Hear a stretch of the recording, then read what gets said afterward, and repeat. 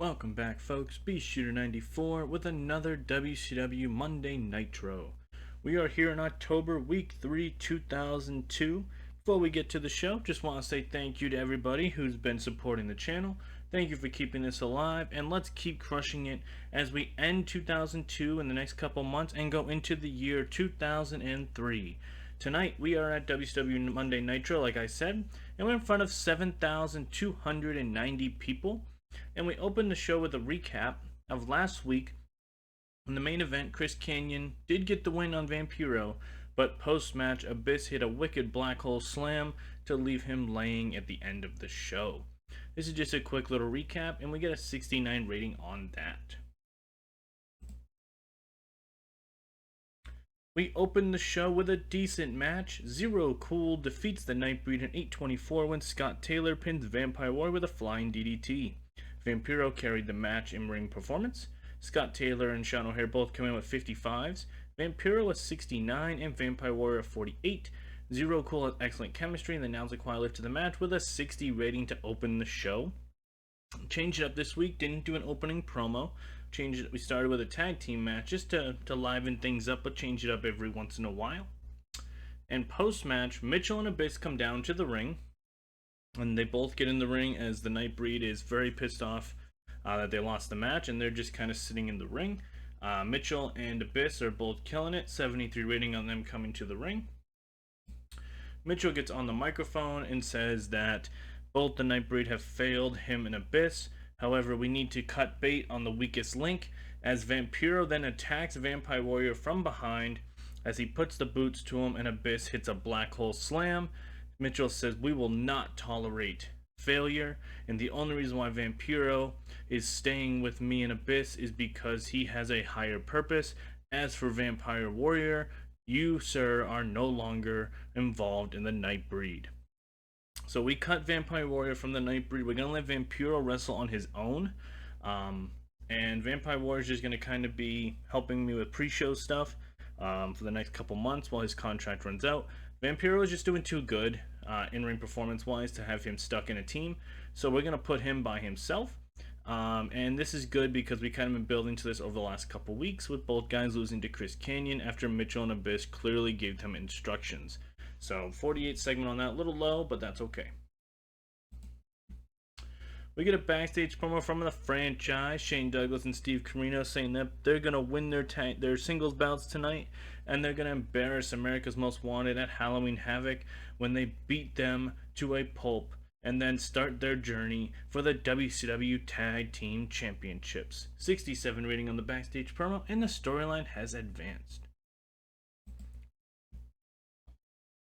And about that, had decent reaction from the crowd, but subpar wrestling. James Storm defeats Shane Douglas in 8:25 by pinfall with a fast roll-up. Shane Douglas at 57. James Storm came in very low here with a 37. Franchise has advanced. The storyline, the announcing was great, but James Storm benefited from having a hot new move. 46 on the match, which is extremely disappointing. But I guess at this point, we're just trying to build stories and build guys up. So, I mean, it is what it is. But we really need these ratings to start kind of popping for us here. So, good, I guess, decent match for TV. Wish it was better. We get a backstage promo from Chris Kanyon talking about Abyss, saying that Abyss is so caught up in his whole Nightbreed incident with getting rid of Vampire Warrior. He's not focused on me, and that is just wrong. That is a shame, because I'm going to be the man to take that WCW Championship away from that monster. I have come through everybody here in World Championship Wrestling, and it is my time to be the #1 wrestler here in World Championship Wrestling. 72 rating on his promo. Storyline has advanced and gained heat. There we go, and about that, fantastic heat and great wrestling. Kevin Nash defeats Kaz Hayashi by pinfall in 10 minutes with a jackknife powerbomb. Kevin Nash is 78, Kaz Hayashi is 72.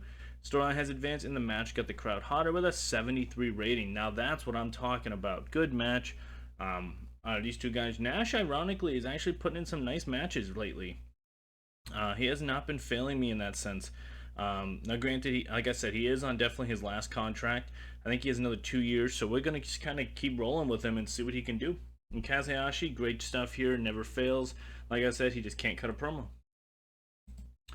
Post-match, Rey Mysterio springboards I'm sorry, no. Kevin Nash cuts a promo on Mysterio saying he's going to destroy him and step on him and make him, um, you know, his little bitch pretty much at Halloween Havoc, and that he is officially going to be done with him and move on to bigger and better things. 71 promo.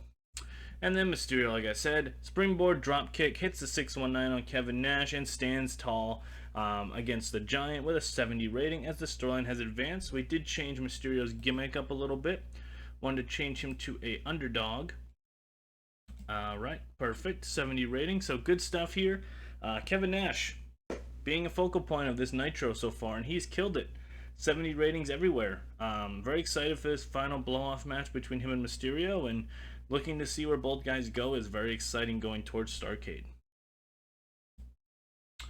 We get a backstage promo from the Dudley boys, as tonight they will be in their style match of tables against the Dynasty in a #1 contenders match, and they talk about how it's their journey to face the Steiners, to have that dream match for the tag team championships. And tonight they finally put the Dynasty through tables and get them out of their path for those WCW tag team champions. And then Devon does the whole testify and does the 3 commandments towards the Dynasty, and it's gonna be a good match tonight in that main event for sure. 54 on that promo.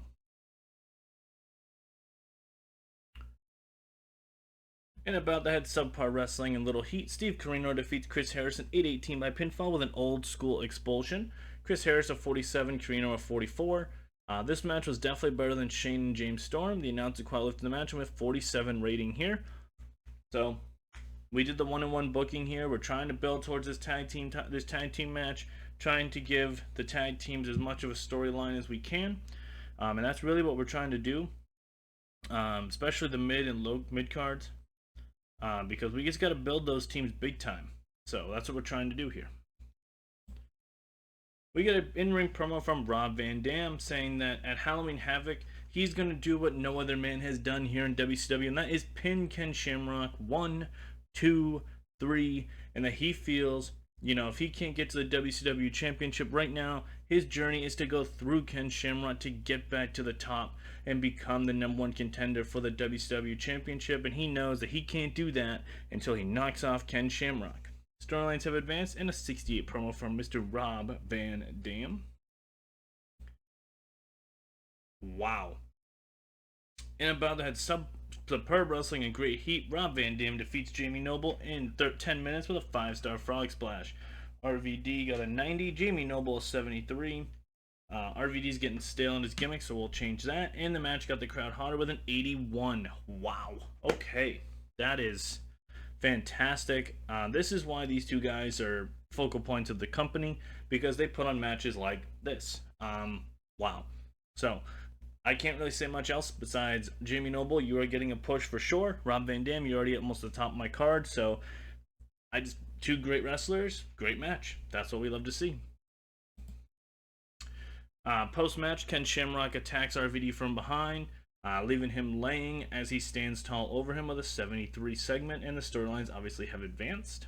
So we're building this feud up for Halloween Havoc. We'll see what happens with the match. I'm a little nervous, but I think RVD should carry that match very nicely. So hopefully it works out. We get a promo from Dustin Rhodes from his house saying that he has hired security to watch every move into the house, so that masked man cannot attack him inside his home, and that next week he's coming to Nitro to call out the masked man and demands answers from the masked man and wants him to unmask so that way they can finally fight and Dustin Rhodes does not have to do this whole gimmicky and have to be watching every corner and watching around his house. He wants the masked man at Monday Nitro next week. 64 promo there, and the story has advanced and gained heat. I'm trying to figure out who you guys think it is. I obviously know because I've set this up, but I think you guys will enjoy who it is, and I would love to see some guesses in the comments. So love to see those. In a decent match, Rhino, the #1 contender for the US Championship, defeats Christopher Daniels in 7:37 with the gore. Rhino a 66, Daniels a 51. The announcing quite lifted the match with a 65 rated match. Good stuff here out of both gentlemen. Rhino gets a nice win going into Halloween Havoc, and Christopher Daniels does his job here. Again, like I said last week, or maybe a week before, he will be going solo once Elix Skipper's contract runs out. So, looking forward to that for sure. Post-match, Mike Awesome shows up on the screen with a graphic saying he will be here next week on Monday Nitro. So good to see Mike Awesome back on TV.